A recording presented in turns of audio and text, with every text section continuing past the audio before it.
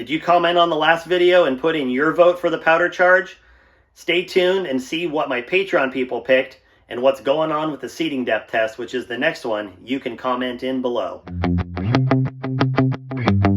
Here we go. Seating depth test based on your recommendations. So again, this went out to my Patreon members, and we did a powder test. The overwhelming favorite, and in fact, I'll show you the, this is just the target test, but the overwhelming favorite was right here, 54.5. And a lot of people have asked, is that what you would have picked? The honest answer is no. It's close to what I would have picked, so I don't think anybody's too far off. And yes, for those that did say it, I probably would have retested a node somewhere back over here. But you guys picked 54.5.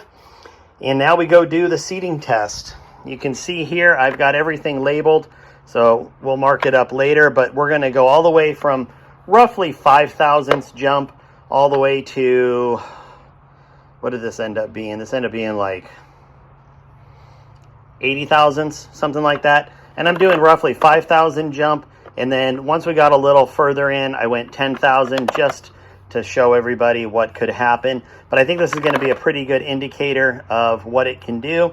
And I honestly don't know what it's going to do. I'm using powder that I don't use. I'm using bullets that I don't use. And I think that's kind of what makes this a fun experiment. And hopefully everybody's learning something from it. So let's head out to the range. Let's shoot these and let's see what happens. And here we are, ready to do our seating depth test. So this is everything that we talked about before. Now this is going to be too much for me to shoot at once, so we're probably going to break this up into 2, maybe 3 batches while the barrel cools just a little bit. If I was to shoot all of this, I would probably get up to at least 200, maybe a little higher. And I don't like getting above match conditions, which typically for me is about 150 to 160 degrees. We've got our target set out right there at 100 yards. We're going to do our standard seating depth test.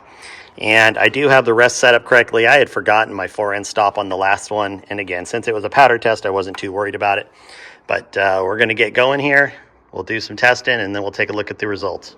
Before you look at the other data, here are the 45 shots. So you can see that there was a count of 45. Average 28.99 with an SD of 6.9 and an ES of 28.8. So overall, that shows you that it was a pretty stable load, especially across that wide of a seating depth. So just a little bit more data for you to work with. Here are the results. Now, look, this is, I know there's people out there that are going to say, oh, this is horrible and this and that. Remember, we are, for lack of a better word, playing a game here. We're taking group consensus, and I think everybody's learning or going to learn along the way. And this is not going to be the last time. I've had other people ask, and yes, this is the first of many of these that we're going to do. And I think by working collectively, I think everybody's going to get better at reloading through this. The next one I am going to give more input on. This one I was doing completely blind, not giving any information as to what I would have picked. So this has been kind of fun, and I'm not going to lie, it's a little weird.